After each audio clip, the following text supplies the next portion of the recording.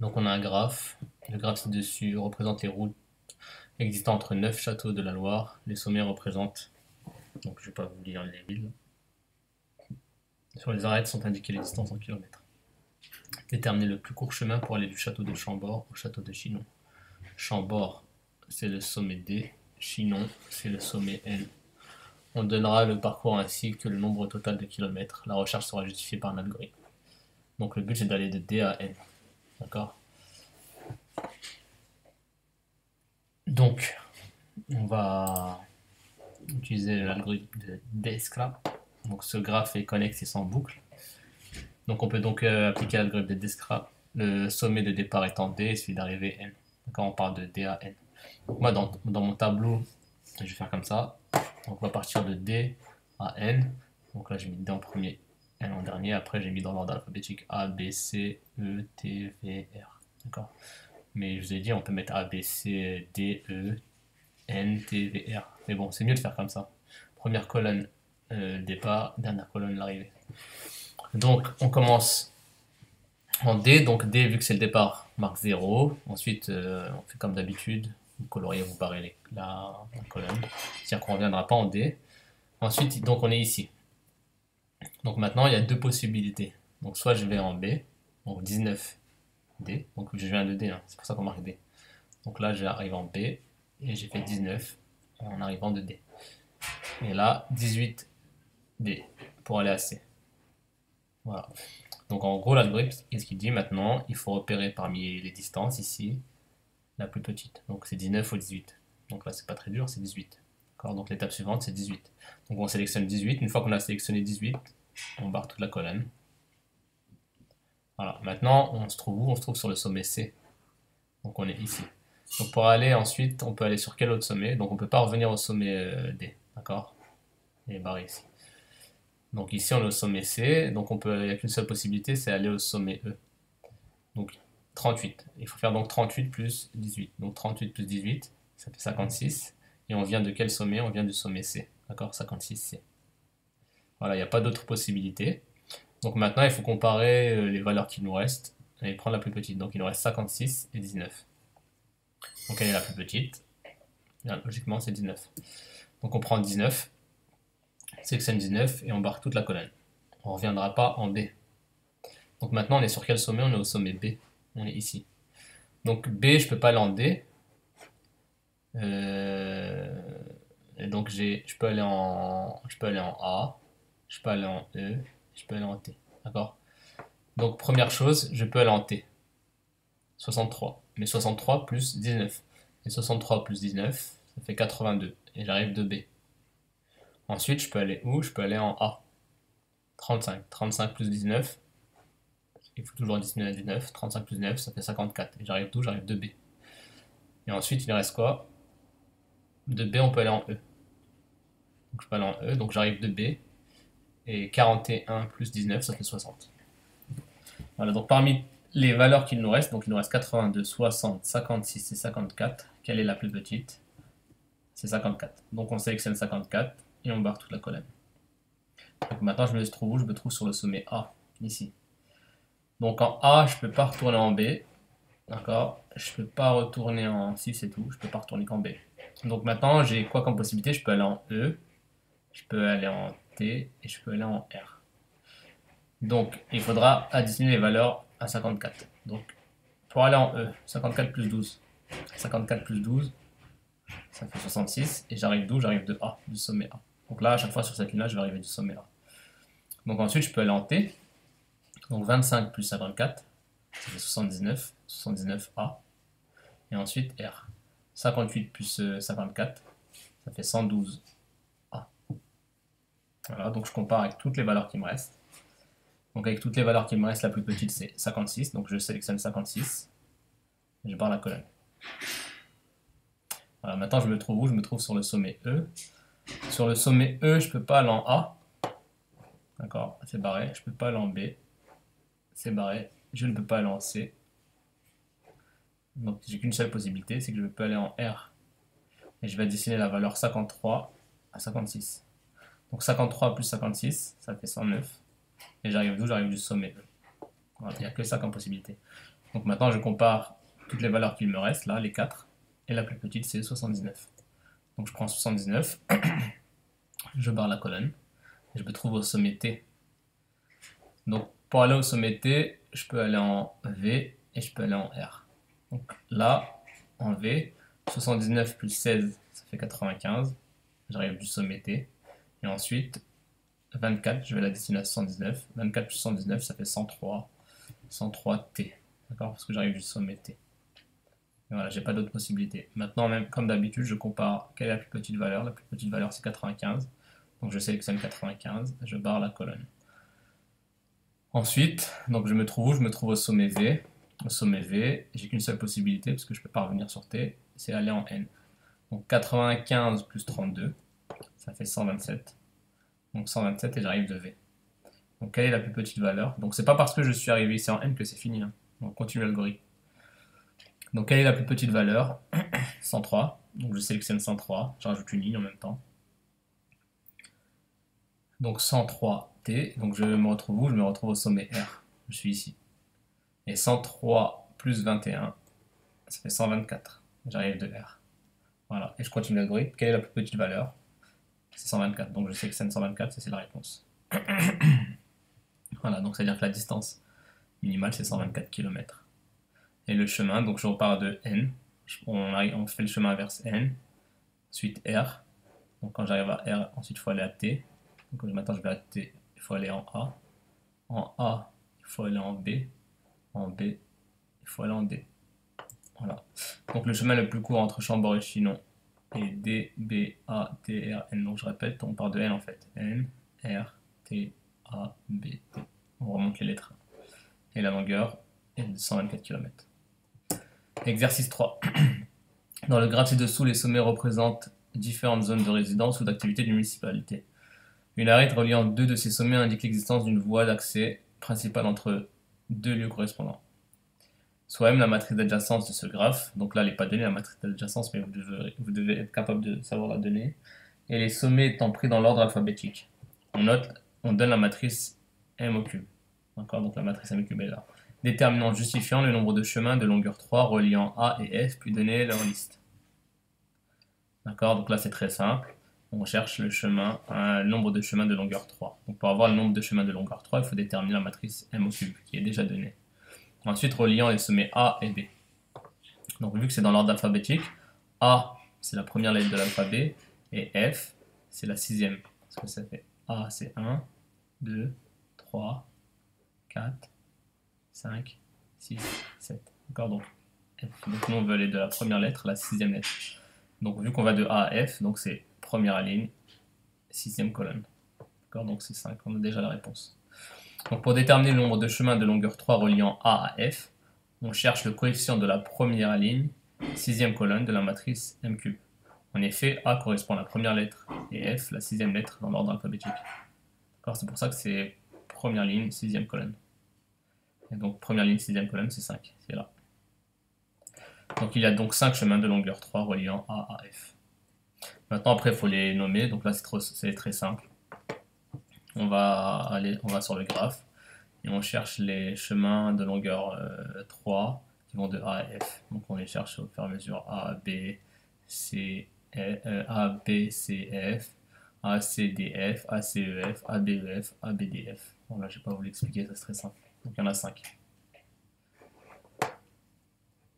Ensuite, question 2. Pour sa campagne électorale, un candidat souhaite parcourir toutes les voies d'accès principales de ce quartier sans emprunter plusieurs fois la même voie. Montrez qu'un tel parcours est possible. En justifiant votre recherche par un algorithme, proposez un tel parcours. Donc suivez bien, écoutez bien, parce que cette question-là, on l'a jamais faite et je vous l'ai expliqué, c'est très simple à comprendre.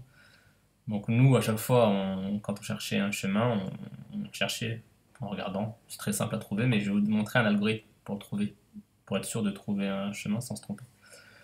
Donc montrer qu'un tel parcours est possible. Donc première chose qu'il faut faire, c'est faire un tableau. Il faut le faire, hein. Faut l'écrire le tableau. Le jour du bac, écrivez-le, comme ça vous êtes sûr d'avoir les points. Donc vous mettez sommet degrés, vous énumérez tous les sommets, et vous mettez leur degré. D'accord, le sommet à degré 2, parce qu'il y a 2 arêtes. Donc ça c'est très simple, hein. J'arrive à tout expliquer.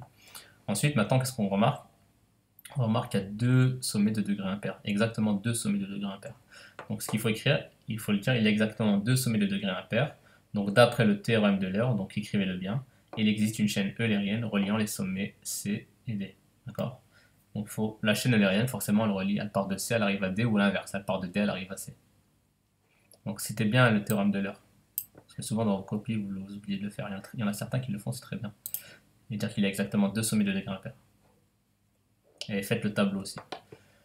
Donc question suivante maintenant. En justifiant votre recherche par un algorithme. Donc je vais vous montrer comment on fait un algorithme. Donc ça se fait en plusieurs étapes. Il peut y avoir 5, 6, 7 étapes. Donc la première étape, donc nous on veut déterminer une chaîne eulérienne allant de C à D, d'accord? Ou de D à C. Donc moi je vais partir de C à D. Donc vous faites un tableau, vous écrivez étape, ici vous marquez cycle à insérer. Dans la étape 0, il n'y a aucun cycle à insérer. Ensuite vous choisissez une chaîne. Et la chaîne, elle doit partir de C et arriver à D. Donc vous pouvez marquer n'importe quelle chaîne, mais le point de départ doit être C, le point d'arrivée doit être D. Ou l'inverse, c'est de D à C. Donc moi ce que j'ai choisi ici c'est C, A, B, D. J'aurais pu choisir C, E, F, G, D. Ou j'aurais pu choisir C, E, D. Ou j'aurais pu directement choisir C, D. Donc, mais le mieux c'est d'utiliser un maximum d'arêtes. C, A, B, D. Et le but c'est d'utiliser qu'une seule fois les arêtes. Donc, moi j'ai choisi C, A, B, D. Donc je répète, première étape, l'étape 0. Ici on marque rien. Ici on marque une chaîne. En allant du sommet de départ au sommet d'arrivée que l'on souhaite. Et nous on a vu, je reviens ici, on va aller de C à D ou de D à C. Moi je vais faire de C à D. Donc voilà, première étape, je choisis une chaîne, peu importe, qui va de C à D. Donc C, A, B, D. Voilà.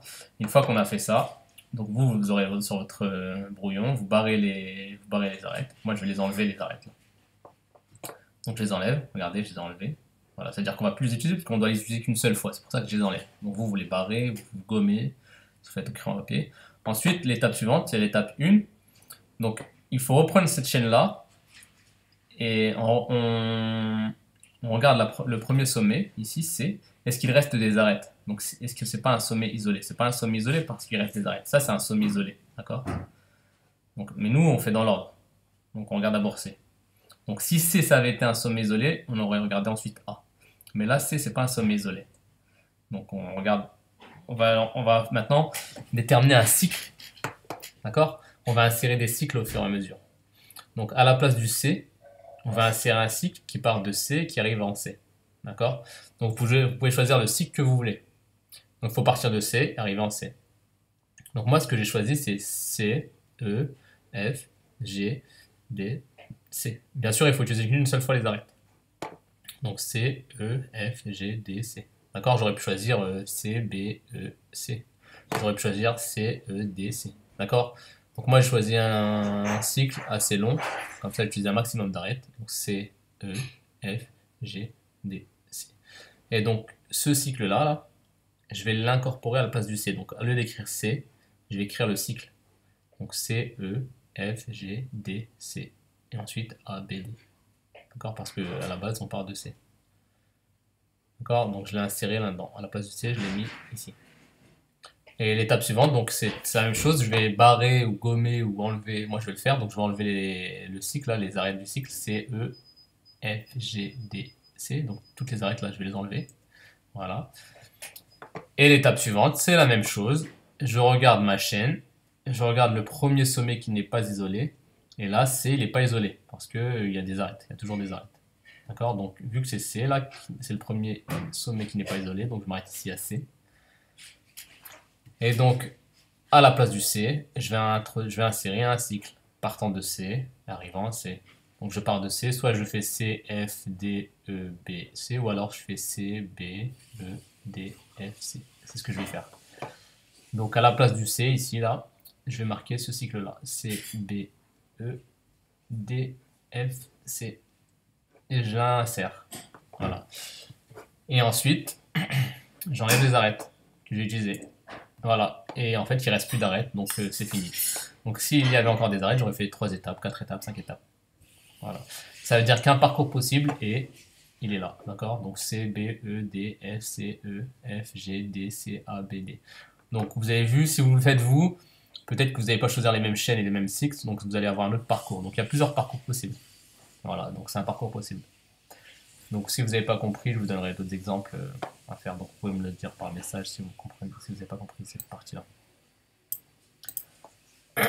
Ensuite, troisième question, dans le graphe ci-dessous, les valeurs indiquent en minutes les durées moyennes des trajets entre les différents lieux via les transports en commun. Ce même candidat se trouve à la mairie A, ici, quand on lui rappelle qu'il a rendez-vous avec le responsable de l'hôpital situé en G, ici. En utilisant l'algorithme, déterminer le chemin de durée minimale que ce candidat devra emprunter pour arriver à son rendez-vous, ainsi que la durée en minutes de ce trajet.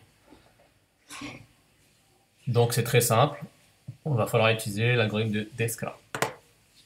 Donc le graphe est connexe et sans boucle, on utilise l'algorithme de Descartes. Donc même comme d'habitude, on fait notre tableau.